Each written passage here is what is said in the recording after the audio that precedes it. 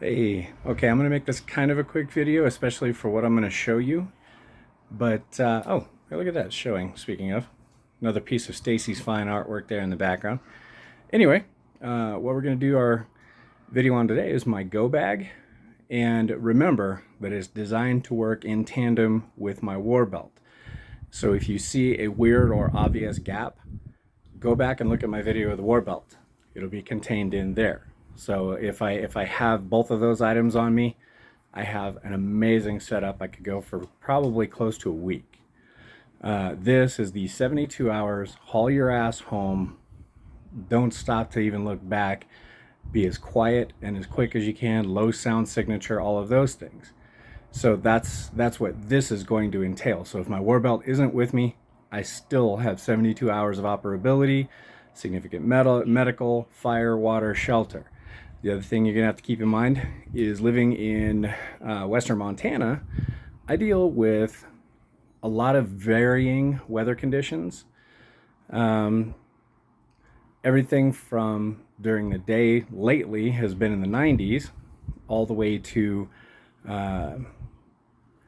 typically in the summertime you can get into the 30s at night, especially if I have to go over some of the mountain passes, if I'm distracted from or rerouted off of my primary route and I have to go over, I don't know, Moose Creek or wherever. You're going to go up around 8,000 feet there, and it's going to get chilly as hell at night. So I have to bring kind of a spread focus, multi-layer sleeping and warmth system. So you're going to go, God, it's 90 degrees out, Rob. Why would you need a 20-degree sleeping bag? Altitude. I live at 5,000, well, 6,000 feet in the mountains as it is. If you know the mountains at all, you understand that we don't make the rules. The mountains do. And you got to be prepared for it, because if you don't respect the mountains, they'll kill you. It's as simple as that. It's not a maybe. So, without any further gilding the lily, if you will, I'll show you what's been in my go bag. And all of the products that I use have been, they've been taken out of their packaging, they've been used, they've been tested. So you're going to see nothing in here that's bright, shiny, and brand new. If you haven't drilled with your gear, you're wrong. So, there you go. I've been threatening to make this for, oh, I don't know, a month of Sundays. But here's my go bag. I'm going to flip this around. Okay, we'll start with the container itself, the go bag. This is a Rugged Exposure Delta 65, which means it's a 65-liter pack. So that's a significant size pack without being gigantic. The Achilles heel of a gigantic pack is that you want to fill it. And I guess, one of the sayings is you fill your pack with your insecurities. So if you're not real skilled at some things, or you fear certain things more than others, you're going to fill your pack with them. Now on the side of it, that would be a breecher's scabbard. And it fits something that I can't show you, but just keep in mind, I live in grizzly bear country, so whatever goes in that scabbard is good enough for grizzly bears. Shotgun with slugs. Excuse me. Oh my God. So here we go. That is filled with the gear that you're about to see now. So we're going to start with the Arcturus Outdoors Survival Blanket. That thing is thick. Yes, it's a little bit heavy, but it can be used as a standalone shelter with Mylar on the inside and camo on the outside. A 20-degree sleeping bag that was bought at the garage sale at REI for I think like $60. So these are good things that can be had at inexpensive prices. In a Granite Gear compression sack. So when I suck those straps all the way down, that's about the size of a large Folgers coffee can, and it's a 20-degree bag. Next is my Insel mat, which is an insulated air mat that puts you about 2.5 inches off the ground and has insulation inside of it. So it's good for down into the, I would probably use it down to about the 10-degree range outside with the setup that I have. So, you don't want air under you when you're sleeping in a really cold situation. You typically want closed cell foam. So next, the Slumberjack Contour Bivy. I do not carry a tent because it takes a lot of time to set it up. It uses a lot of energy and typically is very heavy. I will suffer in a bivy sack because it's small, it's tough to roll around in, but it's also in the Cryptek Highlander pattern, which is very, very good for the area that I'm tramping through right outside there. See all of that? That mix works really well with that camo as long as you're very low profile. So there's a picture of it on the front. It's got a hoop. It's a hooped bivvy. It's got a hoop with and a mesh area. So if you want to, you unzip around it and you can look out the front of it with the mesh. And it's also got arm areas. So you can be in your sleeping bag, sit up with that hood on, put your arms outside of your sleeping bag and do whatever you need to do for smaller operations. Like if you, I don't know, forgot to tuck your shoes into your shoelaces, or your shoelaces into your shoes, something like that. You can get up and out without getting out of your bag. So next, when I was talking about low sound and scent signatures, Jetboil is really, really loud, as are most camping stoves.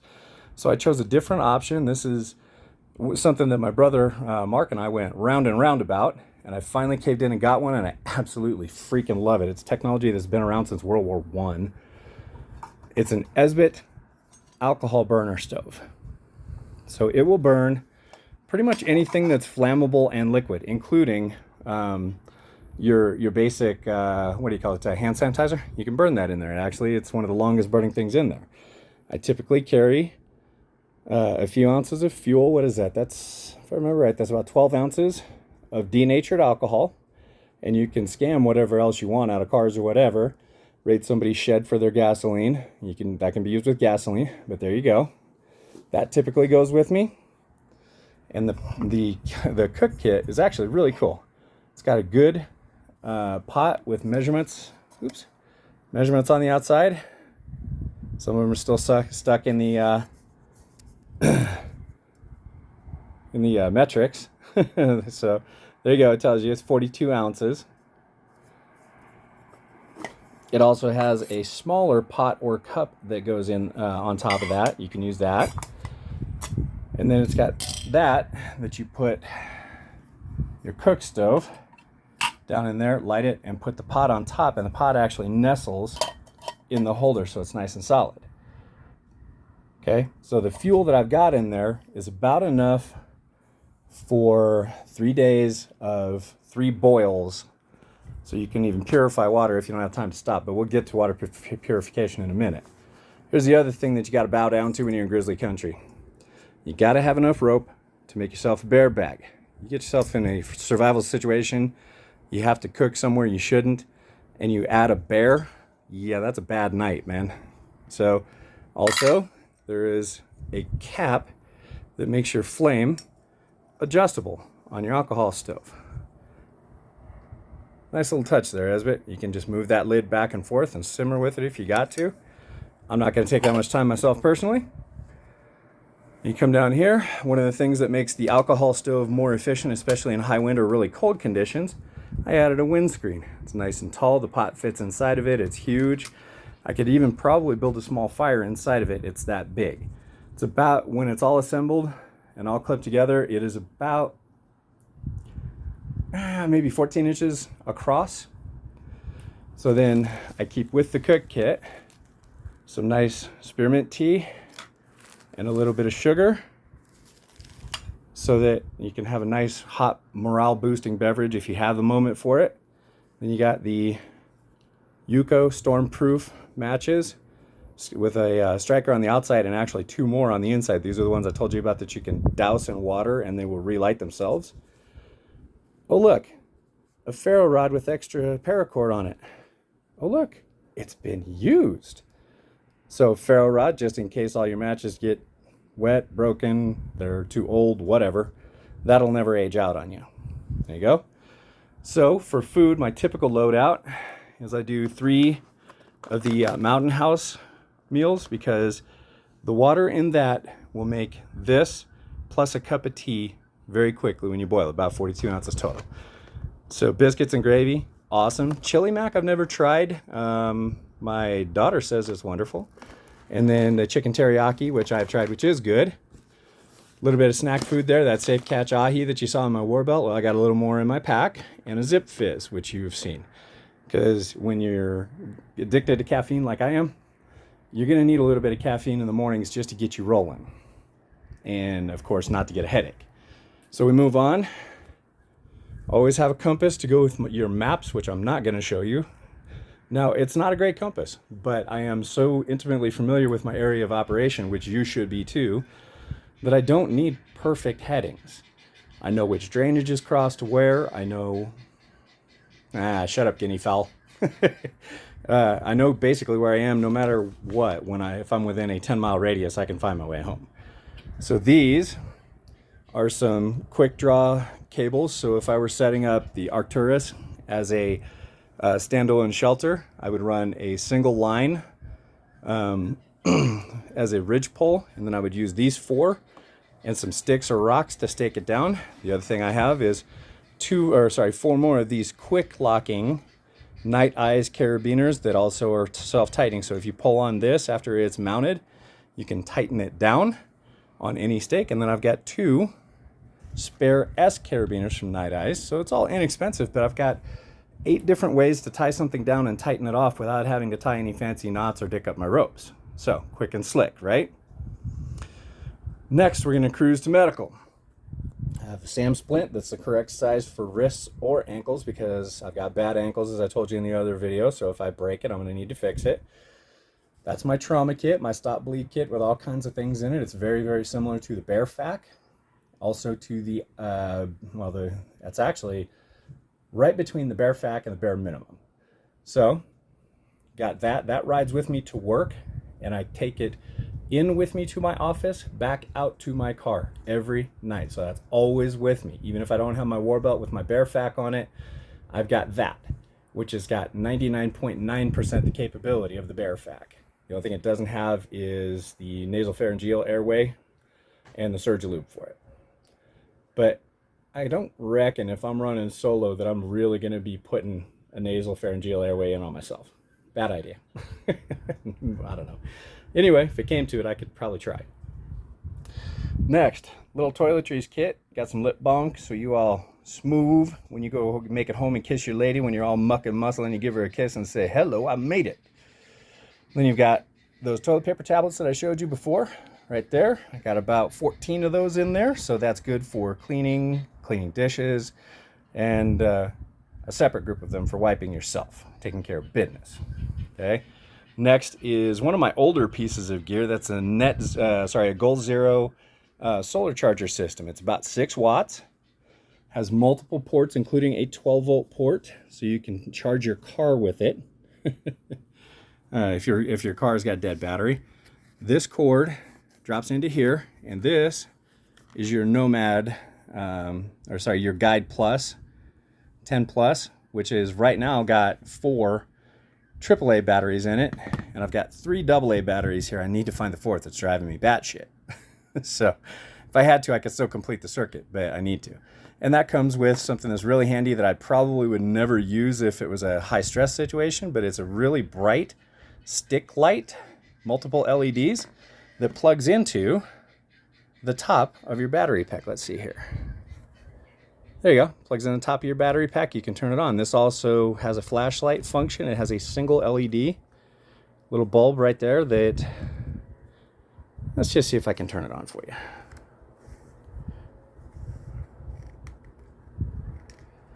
Nope, the batteries in it are dead. I haven't charged them. But it's got a single LED flashlight. You've got a way to plug in the stick light right there or almost any other charging device, and you can do a dump from this pack, whatever batteries are in it. You can dump their energy into whatever electronic device you want. It's got the solar input is right there. It's even got an old school USB port. There you go.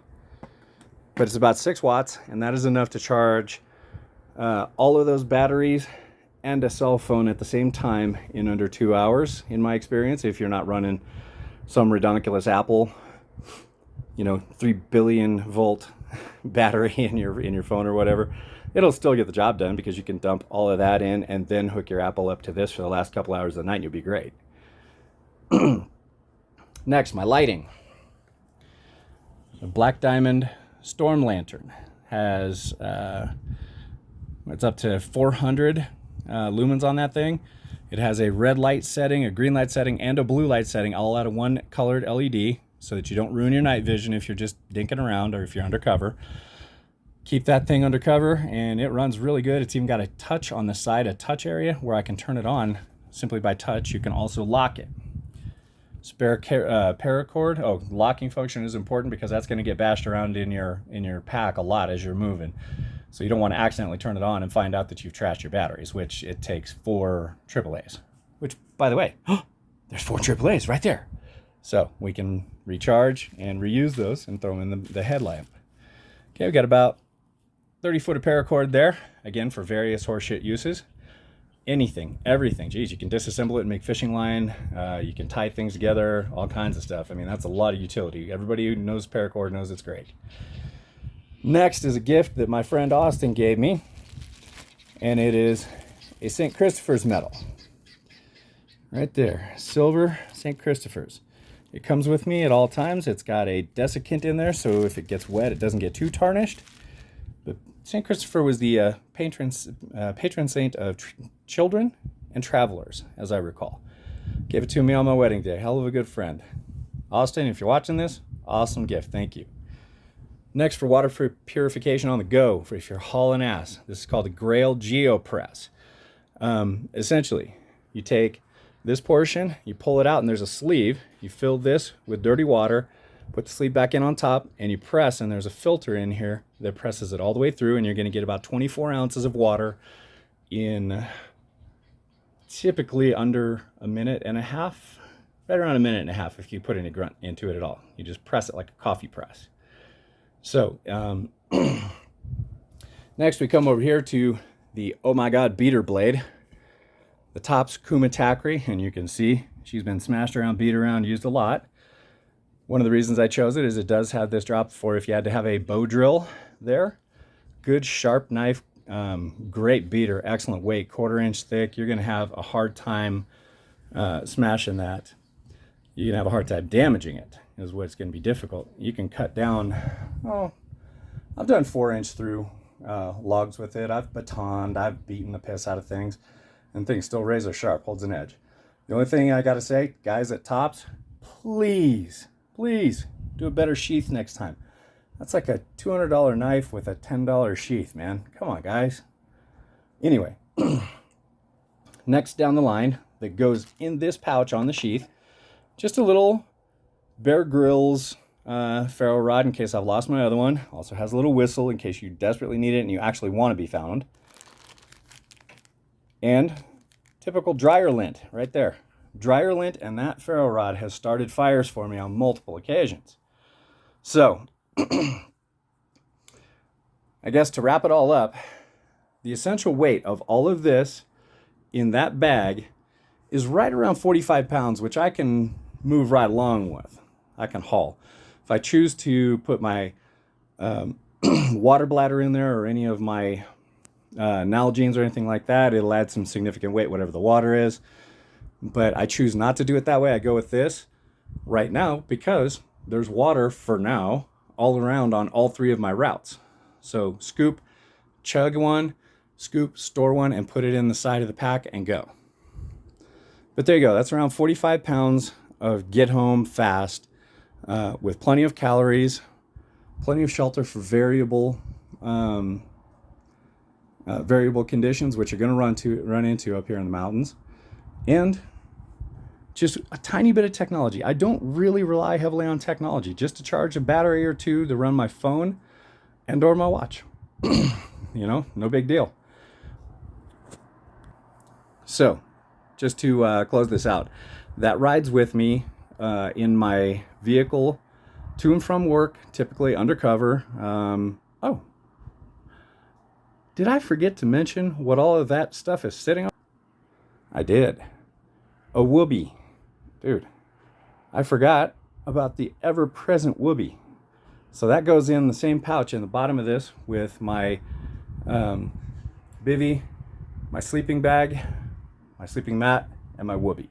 So I've got multiple layers. There you go. Can't remember everything all the time. Being a bit of a nut bar, it was right there in my face.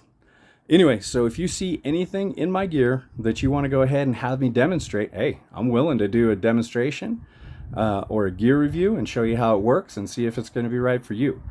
Like I said, I didn't rely on a whole lot of high technology stuff because I do have skills.